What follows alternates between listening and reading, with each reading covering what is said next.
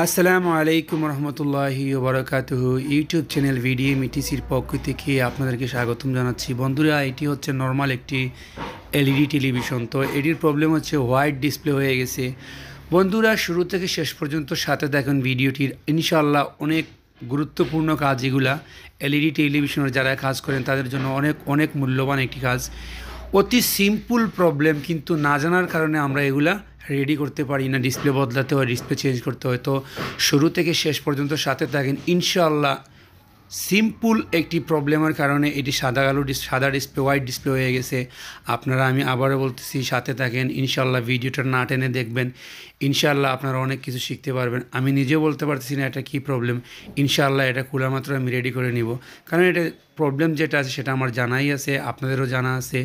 আর এটাতে যে প্রবলেমগুলো আছে বেশিরভাগ ক্যাপাসিটার প্রবলেম থাকে, অথবা 12 ভোল্ট যে 5 ভোল্ট, যে এইটা হচ্ছে 5 ভোল্টের একটি প্যানেল।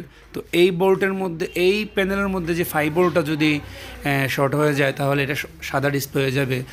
যদি বিজিএল ভোল্টেজগুলোও শর্ট হয়ে যায় তাহলে সাদা ডিসপ্লে হয়ে যাবে। বন ভোল্টেজগুলোও শর্ট হয়ে গেলে সাদা হয়ে যায়। তো বন্ধুরা, যাই হোক, এটা আপনার সামনে আমি ওয়ার্ক করতেছি, আপনার সাথে থাকেন। ইনশাআল্লাহ অতি সহজেই আমরা এটা সমাধান করার চেষ্টা করব। জানি না এটাতে কী প্রবলেম। ইনশাআল্লাহ সাথে থাকলে আমিও কাজ করতেছি, আপনারা দেখতে থাকেন। ইনশাআল্লাহ এটা রেডি হয়ে যাবে। তো এটার প্রবলেমটা হচ্ছে সাদা প্রবলেম, অর্থাৎ সাদা ডিসপ্লে। আর ডিসপ্লে তো অনেক দাগ দেখছি স্টার্ট অবস্থায়। তো দাগের প্রবলেম যেটা আপনারা দেখছেন, এটা ইনশাআল্লাহ আমি ভিডিওটা লম্বা করব না, আপনারা শর্ট করে এখন থেকে আমি ভিডিও করব। আর আপনারা দেখতে থাকেন।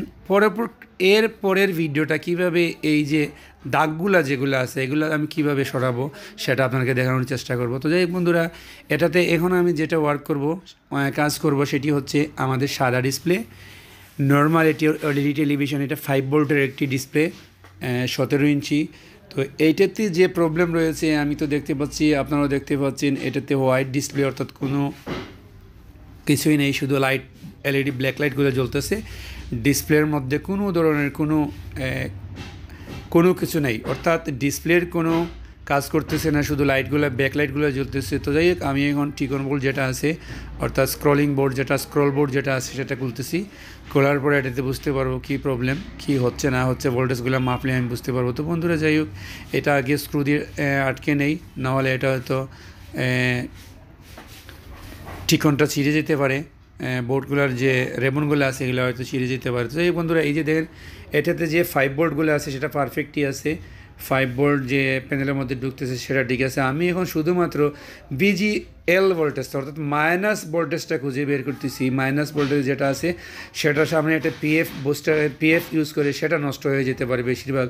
তো এখান থেকে আমি যে বিজিএল, আমি আবারও বলতেছি বন্ধুরা, এই যে দেখেন বিজিএল ভোল্টেজটা, অর্থাৎ বিজিএল 9 ভোল্ট, এটা থেকে 5 ভোল্ট থেকে 9 ভোল্ট হতে পারে, 9 ভোল্ট থেকে 12 ভোল্ট হতে পারে। এই যে বিজিএল ভোল্টেজটা আছে, যে এই যে ক্যাপাসিটারটা দিছি, এই ক্যাপাসিটারটা প্রবলেম।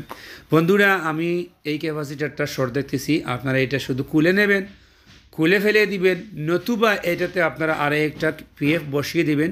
এই যে বিজিএল যে ভোল্টেজগুলা, অর্থাৎ গ্রাউন্ডের সাথে যে বিজিএল ভোল্টেজটা, মাইনাস ভোল্টেজটা যেটা গ্রাউন্ডের সাথে কনভার্ট করা লাগানো, সেটা আপনারা খুলে ফেলবেন সেটা, নতুবা সেম একটা এখানে বসিয়ে দিবেন অন্য স্ক্রলিং বোর্ড থেকে। তো বন্ধুরা, এইটা ক্রস করে দিচ্ছি, এটা খারাপ, এইটা আমি খুলে নিচ্ছি, অথবা এটা উতরে ফেলে দিলাম। আমি এটা প্রয়োজন নেই, আপনি এখন একটা রেজাল্ট দেখবো। এটা আমি খুলে নিচ্ছি, এটা খুলে ফেলে দিছি, আমি কোনো কিছু করিনি। দেখেন বন্ধুরা, অতি সিম্পল একটি প্রবলেম, শুধু এই ক্যাপাসিটারটা, অর্থাৎ এটা ক্যাপাসিটার, হয়তো অনেকে কি মনে করতে পারতেছেন জানি না, এটা ক্যাপাসিটার। দেখেন, এই ক্যাপাসিটারটা খুলে ফেলার দেওয়ার পরে ডিসপ্লেটা রেডি হয়ে গেছে।